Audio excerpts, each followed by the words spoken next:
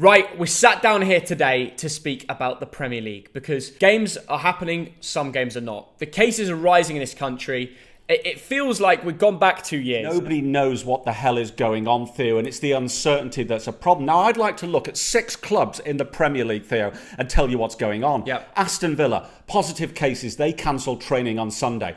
Brentford, Thomas Frank wants a shutdown because there were 13 cases at Brentford.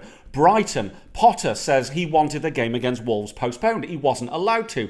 Leicester, shutting down their first-team operations for 2 days. Man United, 7 first-team players are available for this weekend. Their game has been postponed. And Spurs, we know about the COVID outbreak. What I don't get is why Potter wasn't allowed his game postponed, but all the other clubs were. Theo, they might agree or they might not, and that's part of the uncertainty. It's like the FIA with F1. Yes. They kind of make up the rules as they go on. And the problem with that is we're now at a point where we don't know whether the Premier League should be cancelled and stopped for the winter period and take a break like the other European leagues do, or we just keep playing these Premier League fixtures and just firm the fact that some of the players will get the Rona, but there's 26 players in a team. You can always field 11. Theo, at the moment there is complete uncertainty for the players, for the staff, but also for the fans. Should I travel up to Manchester, spend hundreds of pounds on accommodation and travel? You were just about to jump on a train up to Bolton. I was, and the game's postponed. I tweeted out today saying, do you think the Premier League should be stopped temporarily? A lot of people said no. Yeah. And they said to me, the reason why I say no is because for my mental health,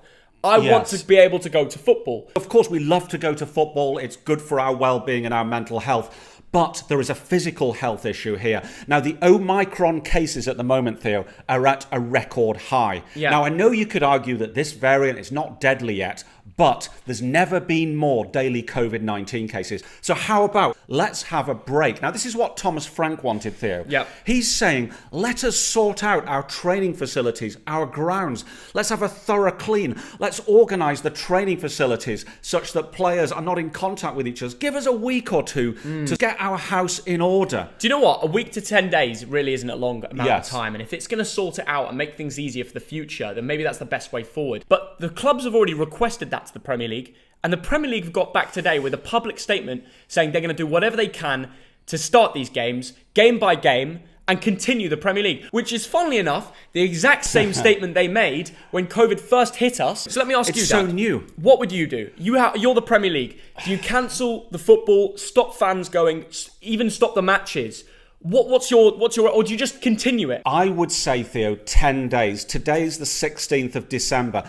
Give all the clubs 10 days. It seems like it's a problem with the training grounds. Carrington was closed, like you said, Villa was closed. Yes. It's the problem within the players. So yeah, you could have it behind closed doors, but this would continue as a problem. So like you said, Dad, a 10-day break might be the best option for football in the long term, because this could become an even bigger problem if we don't act now, which is why I'm a little bit disappointed the way the Premier League reacted. Yeah, and we've got to ask, why are the Premier League behaving like that? And you know what it is, Theo? It's the money. Now, 2 years ago, when the season was postponed, that cost them 330 million quid with the TV companies. Cash is king. It matters. Now, I get that. Now, I am sympathetic to the owners of the clubs and to the clubs themselves. This will hurt. But at the moment, it's about public safety, Theo, for me. Yeah, it is. Now that the cases are getting worse all over Europe, especially England, it's time to act. And hopefully, we can get football back up and running soon. Absolutely, Theo. We'll see. It's all about discussion this, so tell us in the comments. If football is cancelled, of course, it hurts the channel. We'll have less to talk about. But it's for the better outlook on long-term side of football. I think absolutely. Let's look after each other as a society. Let's look after the NHS as well. Because honestly, if we let this go too far, the hospitals are going to be full. It's just going like to be in Germany. A disaster. Yeah. Just like in Germany, All about discussion this one. Will the Premier League act or not? Aston Villa in 10th against Burnley in 18th, Theo. Now, Aston Villa, all I can say is Jacob Ramsey. Remember the name. What a brilliant solo goal by that lad. And Ollie Watkins, did you buy him, Theo? A goal and assist. Oh, I should have bought him.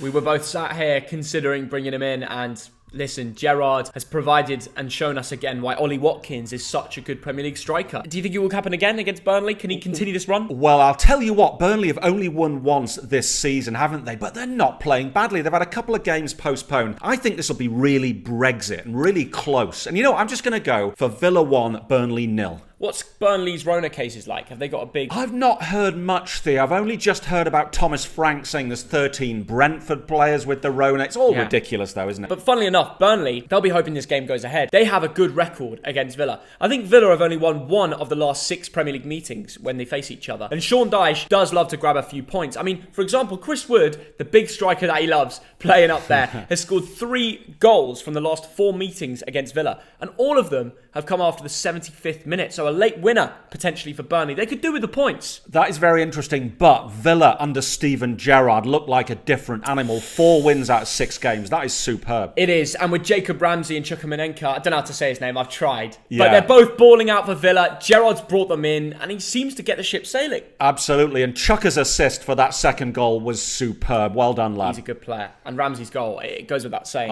I'm going to go Aston Villa 2, Burnley 0. I'm going to go goals from Ollie Watkins and Danny Ings off the bench. Let's go over to our guest today, Joe Tomlinson. Oh, Joe, he's a legend. I love him. What a guy, by the way. Yeah, off Sky. Me and him are always on Saturday Social. We had Zach on last week, so it's nice to get the Football Daily teammate, him on this week. Who's going to get more points? Tell us in the comments. Right, we are joined by an absolutely wonderful guest today. We have Joe Tomlinson from Football Daily. We got Zach on last week, so we thought we'd get, second best on this time round. Oi, watch yourself. How did Zach do? Last time? Well, we are halfway through the week, and I think me and my dad are on 3 points. He's on 2, but it's going to be one of those close weeks with a few points here and there. There's only a few games to go because of all the cancellations anyway. So yeah, it's going to be a weird one. But you got to beat him. I will beat him. Don't worry about that. I'm confident in my own ability. I will be beating him today. Gerrard, can he continue the form? Burnley recently had a cancellation in game, so they look a little bit more, ready. They've had more of a break. But which way do you think it's going to go? I think I'm going to side with Villa on this one. They have got a pretty grim record against Burnley, though. I think they've only won one of their last 6 games against Burnley. And obviously, Stevie G has got off to a really good start, hasn't he? I mean, the 2 losses have come against shit-hot teams in Man City and Liverpool. I do have a little bit of a worry, though, with Marvellous Nakamba's injury. I think that could be a bit of a turning point. He's been wicked under Steven Gerrard, and that's a seriously long-term blow. But then on the other hand, Ollie Watkins is kind of coming back into form, isn't he now? Getting loads of goals, loads of assists under Stevie G. And Burnley just are a bit muddy this season. I'm not their biggest fans. 1 win so far this season? I think they've had more draws than any other side in the league. So I am going to go for a Villa win. I'm going to go for a 2-0 Aston Villa win here. Stevie G continuing his good form, mate. Leeds United against Arsenal, 16th against 4th. Theo, let me ask you about Leeds' tactics against Man City. Did Bielsa get it horribly wrong? Because Leeds were embarrassed, weren't they? 7-0 is just a scoreline where it's a little bit too far. I know Man City are good, but they're not that good. To get battered 7-0, there must be a problem. The way Dallas was trying to clear the ball, it was just embarrassing. Some of the goals they conceded. I've seen Wycombe Wanderers play them in the FA Cup and put in more of a shift. And I'll tell you what, Theo, I watched 75 minutes of that game and I switched off because I felt embarrassed for Leeds. My brother Stuart is a Leeds fan. I thought, I can't watch more of this. It was men against boys. Yep. Kevin De Bruyne, if you give him an inch, he'll take a yard. Dad, and they were standing off him. I know you're lying. The real reason you turned it off is because Bernardo Silva, your FPL player, was subbed off in the 45th minute with 1 point on his FPL. You told me you wouldn't mention that. I had Foden. I was thinking about De Bruyne. I thought Dad laughed at me for saying that. No, I didn't. I couldn't afford him. The man who bought Lacazette. Tell me about that penalty. He got an assist, and if he scored the pen, he would have got 3 bonus points, and I got about 12 points. So it works against you. Do you know? Arsenal, 1 penalty. Theo.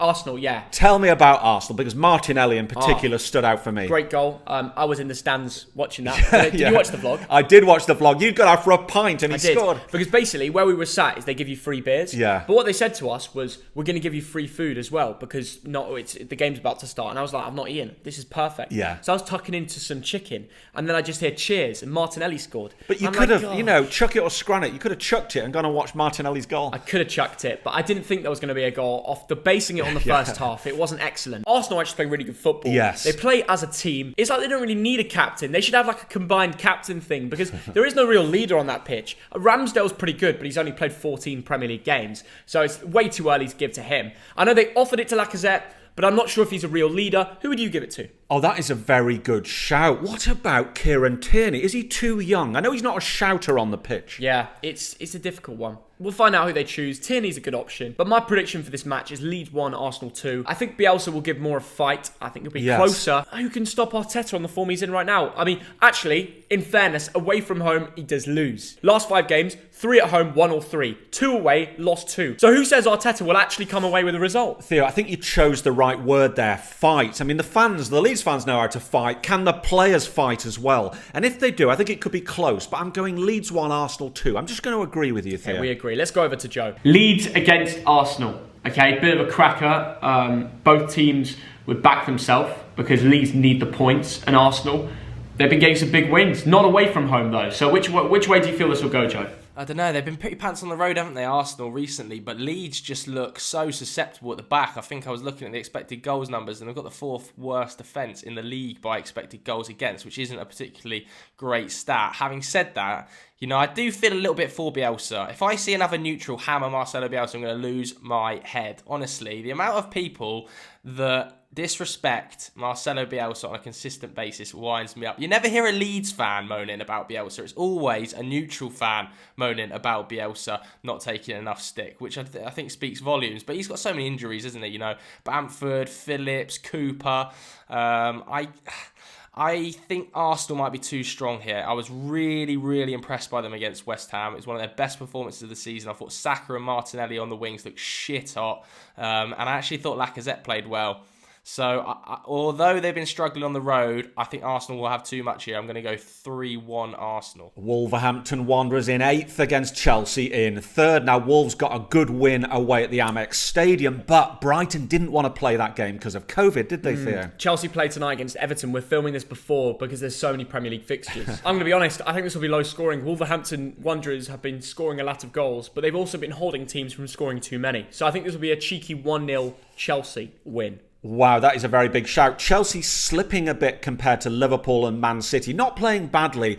I agree with you, Theo. I think it's going to be 1 goal, and that's going to go to Chelsea. Yeah, I mean, Wolves, didn't they play last time out without Jimenez, without Hwang Ki-chan? Yes. And you really think to yourself, in that team, who is getting the goals? Absolutely. Podence is back, but he was firing straight at the keeper. Yeah. Well, it'll take some time to gel. He could bang them in, though, for sure. But let's go over to Joe. Obviously, the United fan. Let's see if he backs Chelsea to get a win. Another side that's been hit by a COVID outbreak by all accounts at Chelsea as well. Not great. And from some of the early reports I've read on Twitter, it could be some quite big names affected there as well. I saw your tweet, especially about Romelu Lukaku earlier. But yeah, I kind of agree. Wolves play really pretty football, but they're just struggling to put the ball in the net. I think Hwang is their top scorer, isn't he, on 4 goals. Then Raul Jimenez, who got sent off for the most ridiculous red card of the season. But I do think Chelsea have looked a little bit more susceptible at the back in the last kind of 3 or 4 game weeks, even in Europe at times. And Tuchel was obviously absolutely raging about that, wasn't he? I think they've conceded 8 goals in their last 3 competitive games, and against some pretty mediocre sides in there as well. Leeds, Zenit and West Ham. So I actually am unconvinced that they'll hammer Wolves here, but I think Chelsea got enough to get the job done. I'm going to go 2-1 Chelsea. 2-1 Chelsea, yeah, very similar, 1 goal difference like myself, going 1-0 Chelsea. I just went low scoring there. I just think with Wolves being the way they are, they'll probably hold it to 1 goal, but they won't find it from anywhere. Newcastle United in 19th against Manchester City, top of the league. Now, Newcastle recently have been a little bit better than earlier in the season. Yeah. But my goodness, how can they possibly get anything against Manchester City? I don't know. This is a worrying one. I mean, City have just come off a 7-0 battering to Leeds. They're now going to Newcastle, a team that don't really have the best defence in the world. And until January arrives, they could have this could be 7-0 again. I mean, how can any team defend against Kevin De Bruyne, Foden, Gundogan, Mahrez, Bernardo if he's fit again? It could get a bit messy. Yes. I'm going to go easy on them and only say 3-0 Man City. 4 or 5 wouldn't shock me. What do you go for? I agree with you totally. 3-0 to Man City. I'm being fair on Newcastle there. Do you know what? It's bound to be Foden because I've got bloody Bernardo. Well, you probably want Gundogan. He's getting more points. He didn't get something against He did, actually. Yeah. Everyone got points apart from my player. I know. But everyone I feel like I missed the Bernardo Silva train, so I joined the Foden one. Yeah. And it turned out a very good decision. Joe, let's go over to you, mate. We can get in and out of this game within absolutely no time, can't we? This is going to be a hammering. I've gone 4-0 City, but I could have gone 5-0 City. I just don't see anything other than a cricket score. Tottenham Hotspur in 7th against Liverpool in 2nd if the game happens. Now, Spurs, they've had a couple of postponements. Yeah. But they won the 3 games before that. How do we predict this game, Theo? First of all, I don't know if this game's going ahead. And if it does, who's going to turn up? Theo, Liverpool, 45 goals this season, 5 wins in a row. I just have to go with a Liverpool win, 1-0, because I think Spurs are quite good at the back. Yeah, I think Spurs will score, but Liverpool will get 2. Like I said, I don't know who's going to get the goals. I don't know who's going to be able to play.